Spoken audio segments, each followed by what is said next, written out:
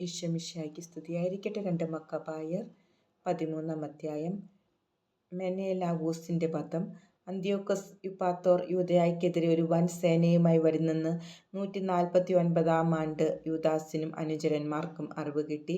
അന്ത്യോക്കസിന്റെ രക്ഷകർത്താവും ഭരണച്ചുമതല വഹിക്കുന്നവനുമായ ലിസിയാസും അവനോടൊത്തുണ്ടായിരുന്നു. Greek സൈന്യത്തിൽപ്പെട്ട 1,10,000 കാലാൾപ്പടയാളികളും 5,300 കുതിരപ്പടയാളികളും 22 ആനകളും കത്തി ഘടിപ്പിച്ച 300 രഥങ്ങളും അവരെ അനുഗമിച്ചിരുന്നു. മെനലാവൂസും അവനോട് ചേർന്ന് അവനെ പ്രോത്സാഹിപ്പിച്ചു. രാജ്യനന്മയിലുള്ള താൽപര്യത്താലല്ല, സ്ഥാനമോഹത്താൽ പ്രേരിതനായിട്ടാണ് അവൻ ഇങ്ങനെ ചെയ്തത്. എന്നാൽ രാജാക്കന്മാരുടെ രാജാവായവൻ ആ നീചനെതിരെ അന്ത്യോക്കസിന്റെ ക്രോധം ഉണർത്തി. ഇവനാണ് സകല കുഴപ്പങ്ങൾക്കും കാരണമെന്ന് ലിസിയാസ് ധരിപ്പിച്ചതിനെ തുടർന്ന് രാജാവ് അവനെ ബറോയായിൽ കൊണ്ടുപോയി അവിടുത്തെ ആചാരമനുസരിച്ച് വധിക്കാൻ കൽപ്പന നൽകി. അവിടെ 50 മുഴം ഉയരമുള്ളതും ചാരം നിറഞ്ഞതുമായ ഒരു ഗോപുരമുണ്ട്. ഏതു വശത്തു നിന്ന് എന്തിനേയും ചാരത്തിലേക്ക് കുത്തനെ വീഴ്ത്താവുന്ന ഒരു യാന്ത്രിക ചക്രം അതിനു ചുറ്റും പിടിപ്പിച്ചിരിക്കുന്നു. ദേവാലയ ധ്വംസകനോ മറ്റു കുറ്റങ്ങൾക്ക് കുപ്രസിദ്ധനോ ആയ ആരെയും അവർ അതിൽ തള്ളിയിട്ട് വധിക്കുന്നു.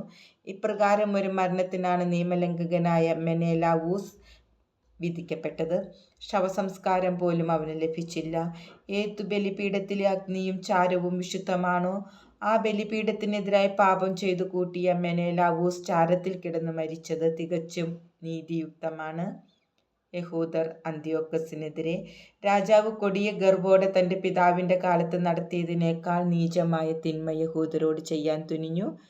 ഇത് കേട്ട യൂദാസ് ജനത്തോട് തങ്ങളുടെ നിയമവും നാടും വിശുദ്ധ ദേവാലയവും നഷ്ടപ്പെടാറായിരിക്കുന്ന ഈ വിപത്സന്ധിയിൽ തങ്ങളെ സഹായിക്കണമേ എന്നും ജീവൻ വീണ്ടെടുത്ത് തുടങ്ങുന്ന തങ്ങൾ ദൈവദൂഷകരായ വിജാതീയരുടെ കൈകളിൽ വീഴാൻ അനുവദിക്കരുതേ എന്നും രാപ്പകൽ കർത്താവിനോട് വിളിച്ചപേക്ഷിക്കാൻ ആജ്ഞാപിച്ചു.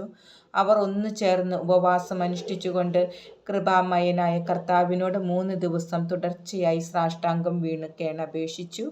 അതിനുശേഷം യൂദാസ് യുദ്ധസന്നദ്ധരായിരിക്കാൻ അവരെ ആഹ്വാനം ചെയ്തു. ശ്രേഷ്ഠന്മാരോട് രഹസ്യത്തിൽ ആലോചിച്ചതിനു ശേഷം രാജസൈന്യം യൂദായിലെത്തി.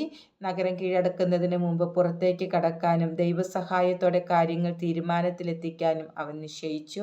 അങ്ങനെ തീരുമാനം ലോകസ്രഷ്ടാവിന് വിട്ടുകൊടുത്തുകൊണ്ട് അവൻ നിയമത്തിനും ദേവാലയത്തിനും നഗരത്തിനും രാജ്യത്തിനും പൊതുനന്മയ്ക്കും വേണ്ടി മരണം വരെ അഭിമാനപൂർവ്വം പോരാടാൻ ജനത്തെ ഉപദേശിച്ചിട്ട് മൊദേയിന് സമീപം പാളയമടിച്ചു. ദൈവത്തിന്റെ വിജയം എന്ന അടയാളവാക്ക് അവൻ അവർക്ക് നൽകി. തുടർന്ന് അതിധീരന്മാരായ യുവസൈനികന്മാരോടുകൂടെ രാത്രിയിൽ രാജമണ്ഡപം ആക്രമിക്കുകയും 2000 പേരെ പാളയത്തിൽ വച്ച് തന്നെ വധിക്കുകയും ചെയ്തു. മുൻനിരയിലെ ആനയെയും പാപ്പാനെയും അവൻ കുത്തിക്കൊന്നു. പാളയത്തിലുടനീളം ഭീതിയും അങ്കലാപ്പും പരത്തിയിട്ട് വിജയികളായി അവർ മടങ്ങി. യൂദാസിന് കർത്താവിന്റെ സഹായവും സംരക്ഷണവും ഉണ്ടായിരുന്നതിനാൽ അരുണോദയത്തോടെ ഇതെല്ലാം കഴിഞ്ഞു.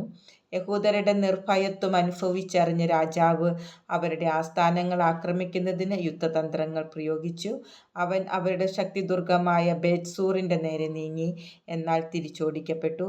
അവൻ വീണ്ടും ആക്രമിക്കുകയും പരാജയമടയുകയും ചെയ്തു. കാവൽ സേനയ്ക്ക് ആവശ്യമായതെല്ലാം യൂദാസ് എത്തിച്ചു കൊടുത്തു. എന്നാൽ യഹൂദ സൈന്യത്തിൽപ്പെട്ട റോദാക്കൂസ് എന്നൊരുവൻ ശത്രുവിന് രഹസ്യ വിവരങ്ങൾ ചോർത്തിക്കൊടുത്തു. അവനെ അവർ അന്വേഷിച്ച് പിടിച്ച് കാരാഗൃഹത്തിലാക്കി. രാജാവ് വീണ്ടും ബേത്സൂർ നിവാസികളുമായി കൂടിയാലോചന നടത്തുകയും വാഗ്ദാനങ്ങൾ കൈമാറുകയും അതനുസരിച്ച് പിൻവാങ്ങുകയും ചെയ്തു.